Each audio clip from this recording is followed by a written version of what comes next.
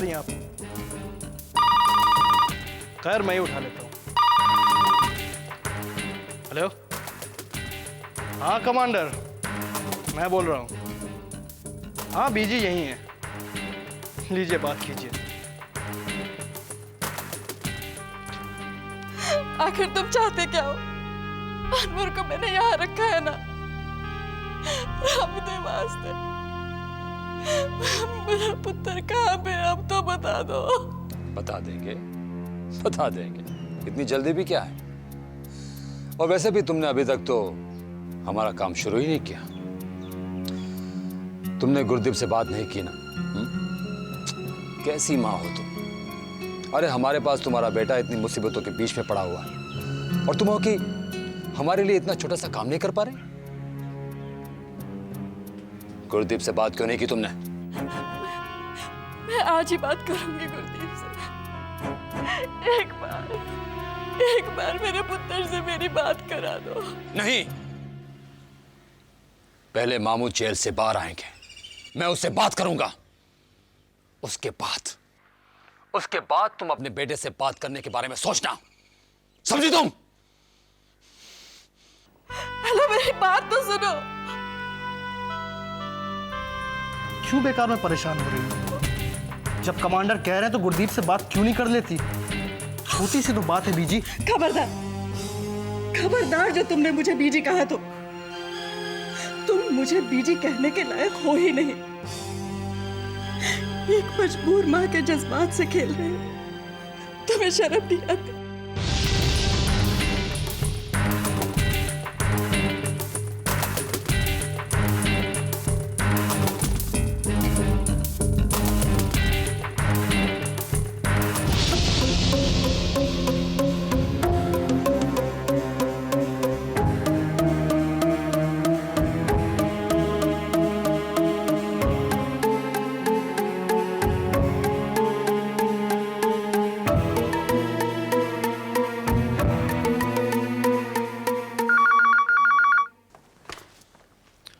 Hello Veer ji, आपको मेरी कोई चिंता है भी कि नहीं? पूजा, ये तो क्या कह रही है? ठीक ही कह रही हूँ मैं वीर जी। आपको पता भी है मेरे साथ इस घर में क्या क्या हो रहा है? फिर कोई नई बात हो गई क्या? ये पूछे वीर जी कि क्या नहीं हुआ। अरे आज तो राशि ने अब्बू और अम्मी पर उंगली तक उठा दी। ये भी कहा कि वो लोग पाकिस्तान से यहाँ उसका घर लूटने के लिए आए हैं। राशि ने ऐसा कहा? यही नहीं वीर जी, उसने तो और भी बहुत कुछ कहा है। पूजा, पहले आप मेरी बात सुनिए वीर जी।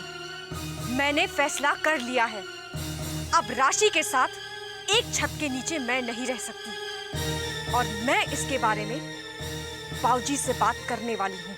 ठीक ही फैसला किया तूने। हर चीज की कोई हद होती है। जो फैसला कल होने वाला हो वो आज ही हो जाए तो बेहतर होगा। तू चिंता मत कर, तू अकेली नहीं है, मैं हूं तेरे साथ। अच्छा परेशान मत हो, मैं 5 मिनट में तेरे पास पहुंचता हूं।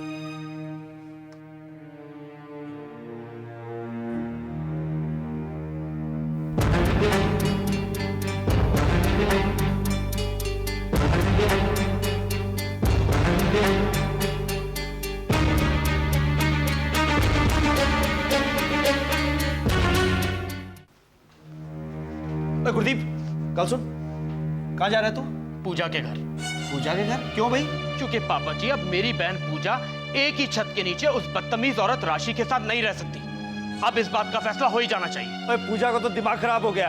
पूजा ऐसे फैसले के बारे में सोच भी कैसे सकती है? क्यों नहीं सोच सकती है पापा जी? जब कंपनी के 45% शेयर्स की मालकिन होने के मुगालते राशि ये सोच सकती है, तो अपनी पूजा क्यों नहीं सोच सकती है? क्या राशि ये भूल रही है कि पूजा के पास भी 45% शेयर्स है मार्केट में और आपके पास 10% शेयर्स अलग?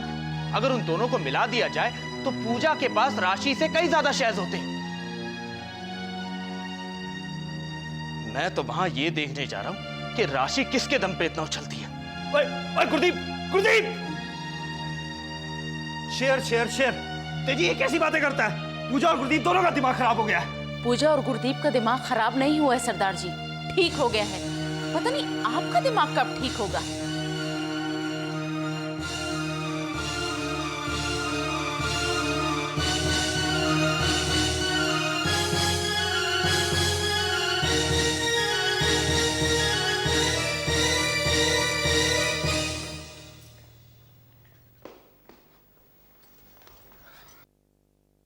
बीजी, बाबूजी कहाँ है? मुझे उनसे बात करनी है। पुत्र जी वो तो बाहर गए हैं, आते ही होंगे। क्या बात है? बात क्या है?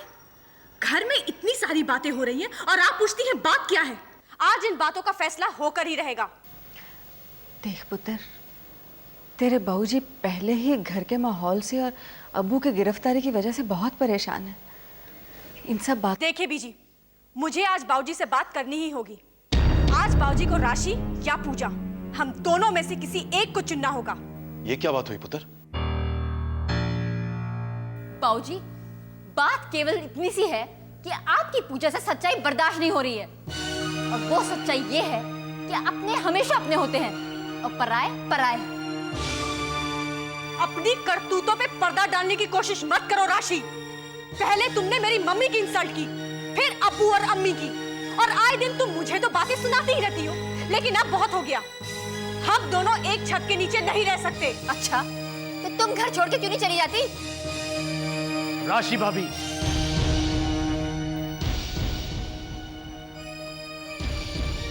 ये काम आप खुद ही क्यों नहीं कर लेती? तुम चुप रहो गुरदीप। इतने दिनों तक चुप ही था भाऊजी, अब चुप नहीं रहूंगा। मेरी बहन का मान सम्मान, घर परिवार सब उससे छिन जाए, वो बर्बाद हो जाए और मैं चुप रहूं, ये मुझसे नहीं होगा। कुछ बर्बाद नहीं होगा पुत्र, मैं कुछ बर्बाद होने ही नहीं दूंगा। ख्वाबों की दुनिया से बाहर निकली है बाबूजी, अब बर्बाद होने के लिए रह ही क्या गया? आपके अपनों ने मेरी बहन को पराया बना दिया, आप चुप रहे। उसका हर हक छीना गया इस घर में, आप खामोश रहे। बस बाबूजी बस, अब इस बात का फैसला हो ही जाना चाहिए। कैसा फैसला पुत्र? आप अपने बच्चों को कोई दूसरा घर क्यों नहीं दे देते?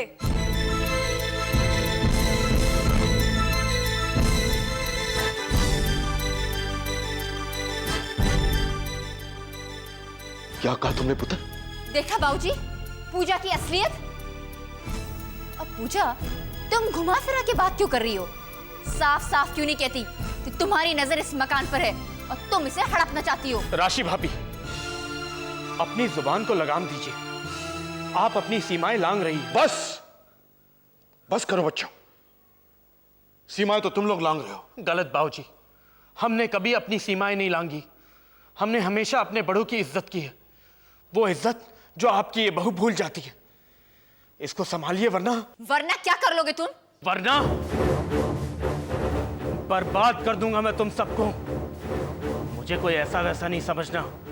होम मिनिस्ट्री में ऑफिसर हूं मैं, और ये जो तुम्हारी कंपनी है ना, गुरुकुल फार्मा, इसके सारे लाइसेंस कैंसिल करवा दूंगा और ऐसे केस डालूंगा कंपनी पर कि जिंदगी भर तुम लोग कोर्ट कचहरी के चक्कर ही काटते रहोगे।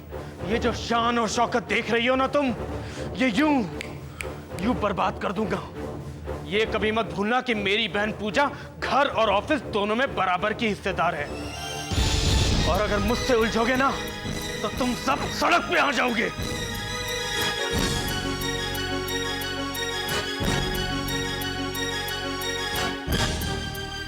गुरदीप, क्या कहा तूने? क्या करेगा? इधर आ, इधर आ। तू इनको सड़क पे लेके आएगा? लाला जी को तू इन्हें कोर्ट में लेके जाएगा? अरे तेरी इतनी हिम्मत? तेरी बहन बराबर की हिस्सेदार है। ओए, आज तू, मैं या तेरी बहन जो कुछ भी है सब लाला जी की वजह से है। और गुरदीप, तेरे को किस बात का गुरूर है? किस बात का गुरूर है तेरे को? उस बराबर की हिस्सेदारी का जो लाला जी की वजह से है, या फिर वो 10% शेयर जो मेरे नाम पे है? पापा जी, आप बीच में मत बोलिए। चुप कर, चुप कर तू। सारी की सारी लड़ाई इन कागज के टुकड़ों की वजह से, जिसके लिए तुम लोग सारे रिश्ते तोड़ना चाहते हो। ये 10% शेयर जो मेरे नाम पर है, जिसे तू और तेरी बहन अपना समझते हो ना।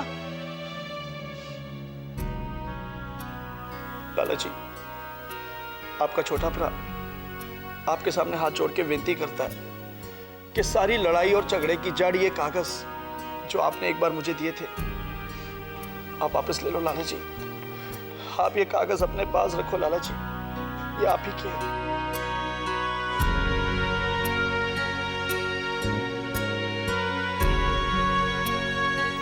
तो ये क्या कर रहा है? नहीं लाला जी, मना ना करना। बहुत अफसोस होता है मुझे कि हमारे बच्चों को रिश्तों से ज्यादा इन कागज के टुकड़ों की अहमियत नजर आती है।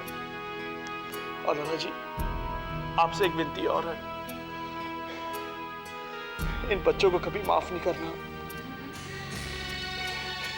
इन बच्चों को कभी माफ नहीं करना है लाला जी। ये माफी के लायक नहीं है। ये माफी के लायक है लाला जी।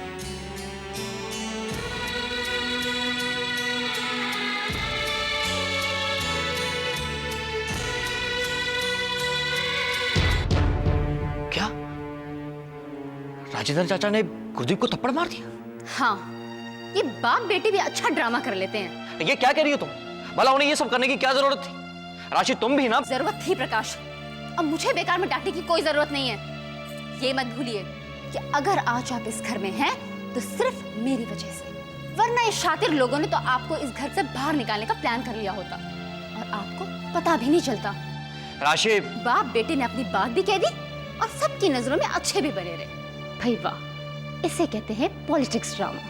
राशि, अगर ये सब ड्रामा होता ना तो राजेंद्र चाचा अपने शेयर्स बाबूजी को नहीं देते।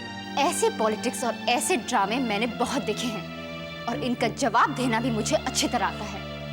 अब जवाब देने की बारी मेरी है। मैं पूजा की जिंदगी के हर पल को जहन्नुम बना दूंगी। इसकी शुरुआत कल से होगी, जब कुलदीप ऑफिस जाना शुरू करेगा। और मेरी ये जंग तब तक जारी रहेगी जब तक पूजा ये घर छोड़कर नहीं चली जाती। मुझे आपसे कोई मदद नहीं चाहिए, मेरी बस इतनी रिक्वेस्ट है कि मुझे आप अपनी मर्जी से काम करने दीजिए, बस। क्योंकि ये बात आप अच्छी तरह जानते हैं कि मैं जो कुछ भी कर रही हूँ वो सिर्फ राशि मल्होत्रा के लिए नहीं, बल्कि पूरे मल्होत्रा खानदान के लिए कर रही हूँ।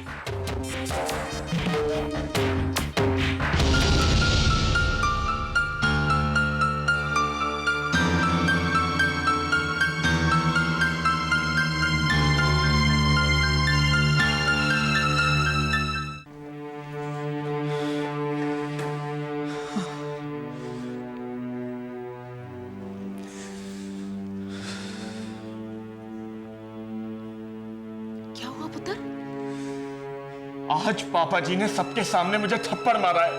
क्या? हाय रब्बा, लेकिन किस लिए? इसलिए क्योंकि मैं अपनी बहन के हक के लिए लड़ रहा था। पता नहीं कब अक्ल आएगी इन्हें, लेकिन तू उनके मुंह क्यों लगा? मैंने तो पहले ही कहा था तेरे पापा को समझाना मुश्किल है। बताओ, हाथ उठा दिया और वो भी जवान लड़के पर।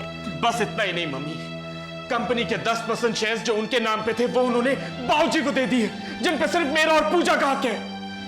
क्या? हाय रब्बा, ये क्या हो गया उनको? ये कैसे कैसे काम कर रहे हैं वो, और वो भी हमसे पूछे बिना?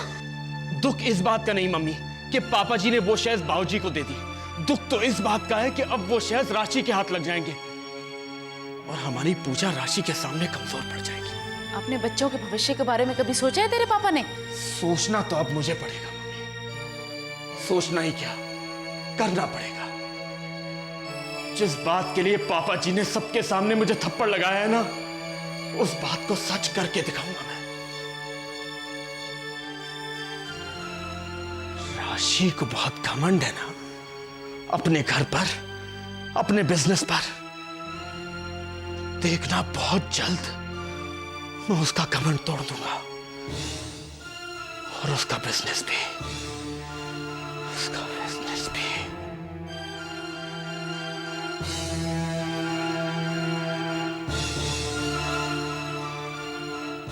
जी वो मैं गुरदीप। चुप करो, बात नहीं करो मुझसे। यही बताने आए हो ना कि थप्पड़ मारा है, और वो भी अपने जवान बेटे को। वाह, कितना बड़ा काम किया है। आरती उतारूं मैं आपकी इसलिए?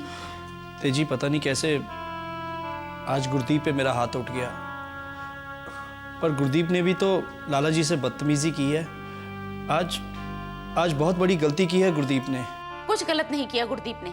और रही बात बदतमीजी की, तो राशि कितनी बदतमीजियां करती है लाला जी के सामने, लेकिन आज तक उनने उसे थप्पड़ मारा है। अरे, अपनी बहन के हक के लिए लड़ना कोई गलत बात है? गलत बात है तो दूसरों के हक के लिए अपने बच्चों को मारना, उनका हक दूसरों के हाथ में दे देना। जो आपने किया है, गलती आपकी है। मेरे बच्चे हमेशा सही थे, हैं और रहेंगे। हो सके तो आप कोई सही रास्ता ढूंढ लीजिए।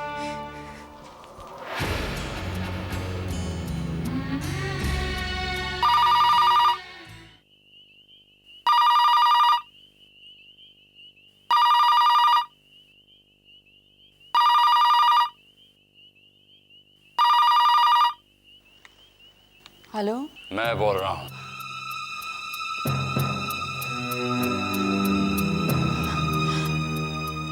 इस वक्त देखो, मैंने तुमसे कहा था ना, मैं कोशिश कर रही हूँ। और मैं ये कह रहा हूँ कि आप अपनी कोशिश में लेट हो गए। आप तो हमारा काम नहीं कर पाई, लेकिन पुलिस ने अपना काम कर दिया। उसने मेरे मामू, मेरे अब्बू को मार डाला। क्या? हाँ। अब जब मेरा मामू ही नहीं रहा, तो मैं आपके सुजान को अपने पास रखकर क्या करूंगा? जाओ, जाकर अपना दरवाजा खोलो। आपका सुजान आपको दरवाजे पर खड़ा मिलेगा। मेरा मामू तो मुझे नहीं मिल सका, लेकिन आप तो अपने सुजान से मिल लो। जाओ, दरवाजा खोलो, जाओ।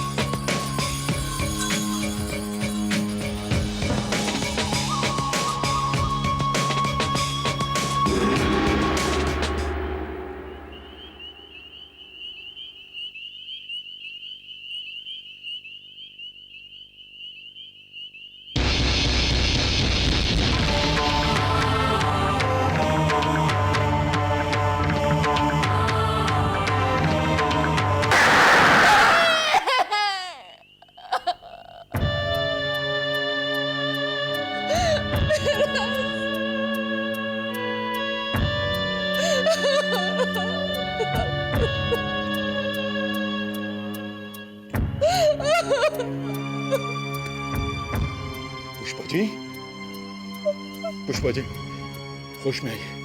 क्या हुआ आपको? बहुत बुरा सपना देखा लाला जी, बहुत बुरा। शांत हो जाइए पुष्पा जी। लाला जी, बहुत डरावना सपना था। पुष्पा जी,